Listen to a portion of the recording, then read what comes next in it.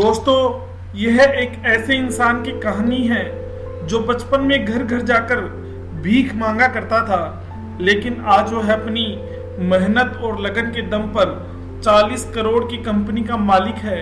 यह कहानी है श्री रेणुका अध्याय की, जो प्रवासी कैब्स प्राइवेट लिमिटेड के मालिक हैं। घनघोर गरीबी से निकलकर अपना करोड़ों का साम्राज्य स्थापित करने वाले इस शख्स की जिंदगी हम सभी हताश और निराश लोगों के लिए प्रेरणा हो सकती है।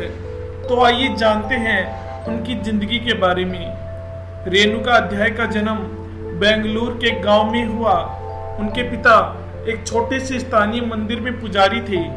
उनका परिवार दान पुण्य से मिलने वाले पैसों पर निर्भर था, लेकिन इन पैसों से गुजारा न हो पाने के कारण रेणुका अपने पिताजी के साथ आसपास के गांव में जाकर भिक्षा मांगते थे और इसी से उनके परिवार का गुजारा चलता था।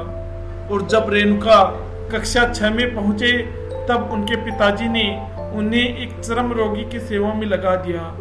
वो वहां 1 साल तक रहे, लेकिन और कुछ समय के बाद उनके पिताजी का देहांत हो गया, जिससे पूरे परिवार की जिम्मेदारी रेणुका पर आ गई। पर उन्होंने यह दिखा दिया कि मुसीबत की घड़ी में भी वे अपनी जिम्मेदारियों से मुंह नहीं मोड़ते।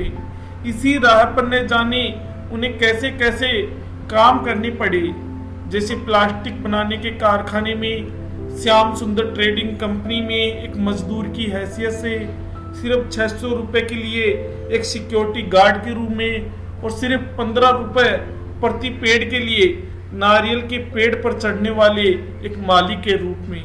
पर उनकी कुछ बेहतर कर गुजरने की ललक ने कभी उनका साथ नहीं छोड़ा, और इसीलिए उन्होंने कई बार कुछ खुद का करने का भी सोचा। एक बार उन्होंने घर घर जाकर बैगों और सूटकेसों के कवर सीलने का काम शुरू किया, जिसमें उन्हें 30,000 रुपए का घाटा हुआ।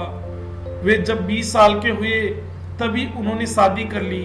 उनका मानना था कि शादी उन्हें और जिम्मेदार बना देगी, लेकिन उनकी जीवन ने तब जाकर एक करवट ली जब उन्होंने सब कुछ छोड़कर एक ड्राइवर बनने का फैसला किया। पर उनके पास ड्राइवरी सीखने के भी पैसे नहीं थे, इसलिए उन्होंने कुछ उधार लेकर और अपनी शादी की अंगूठी को गिरवी रखकर ड्राइविंग लाइसेंस प्राप्त किया, और एक जगह काम भी मिला, लेकिन एक्सीडेंट होने के बाद वह काम छोड़ना पड़ा। उसके बाद एक ट्रेवल एजेंट ने उसे अपने यहाँ काम दिया, लेकिन इस बार रेणुका ने भी ठान लिया कि जो भी हो जाए, इस बार मैं सिक्योरिटी गार्ड का काम नहीं करूंगा और एक अच्छा ड्राइवर बन के दिखाऊंगा। रेणुका ने काम शुरू कर दिया और कई फॉरेन कस्टमर भी उनके साथ सफर करते थे, डॉलर्स में टिप देते थे। इन्हीं पैसों से उन्होंने खुद की इंडिका खरीदी और फिर एक गाड़ी से 5 गाड़ियां हो गई। खुद की कंपनी शुरू कर ली। इसी वर्ष एक अफसर ने फिर से उनका दरवाजा खटखटाया। उन्हें ये जानकारी मिली कि इंडियन सिटी टैक्सी अपनी कंपनी बेच रही है। अफसर को भांपकर उन्होंने अपनी जिंदगी का सबसे बड़ा जोखिम उठाते हुए अपनी सारी गाड़ियां बेच दी और मार्केट से कुछ रुपए उधार लेकर उस कंपनी को खरीद लिया। उस कंपनी का नाम उन्होंने प्रवासी कैब्स प्राइवेट लिमिटेड रखा। यह कदम उनके लिए मील का पत्थर साबित हुआ। इस कदम के साथ ही व्यवसाय के तौर पर उनके एक नए सफर का आगाज हुआ। सबसे पहले अमेजन इंडिया ने प्रमोशन के लिए रेणुका की कंपनी को चुना। उसके बाद रेणुका ने अपनी कंपनी को आगे बढ़ाने में जी जान लगा दी। धीरे धीरे उनके कई और नामी ग्रामी ग्राहक बन गए, जैसे वॉलमार्ट, अकामाई, जनरल मोटर्स आदि। इसके बाद उन्होंने कभी पीछे पलटकर नहीं देखा और सफलता की ओर उनके कदम बढ़ते ही गए, पर उन्होंने कभी भी सीखना बंद नहीं किया।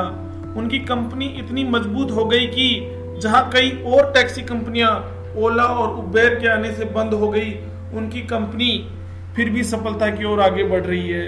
आज उनकी कंपनी की 1000 से ज्यादा कारें चलती हैं। दोस्तों, कौन सोच सकता था कि एक बचपन में भीख मांगने वाला लड़का जो 10वीं में फेल हो गया था, जिसके पास एक फूटी कौड़ी नहीं थी, कभी 40 करोड़ की कंपनी का मालिक होगा। लेकिन रेणुका अध्याय ने यह साबित कर दिखाया कि परिस्थितियां चाहे कितनी भी विकट क्यों न हो, यदि आप में कुछ कर गुजरने की ख्वाहिश है तो इस दुनिया में कुछ भी हासिल किया जा सकता है, बशर्ते आप उसे पाने के लिए सपने देखें, सही योजना बनाएं, उसे हासिल करने के लिए कड़ी मेहनत करें। तो दोस्तों, आपका बहुमूल्य समय देने के लिए बहुत बहुत धन्यवाद। और भी मोटिवेशन और इंस्पायरेशन वीडियो को देखने के लिए हमारे चैनल को सब्सक्राइब करें और बेल आइकन दबाना ना भूलें।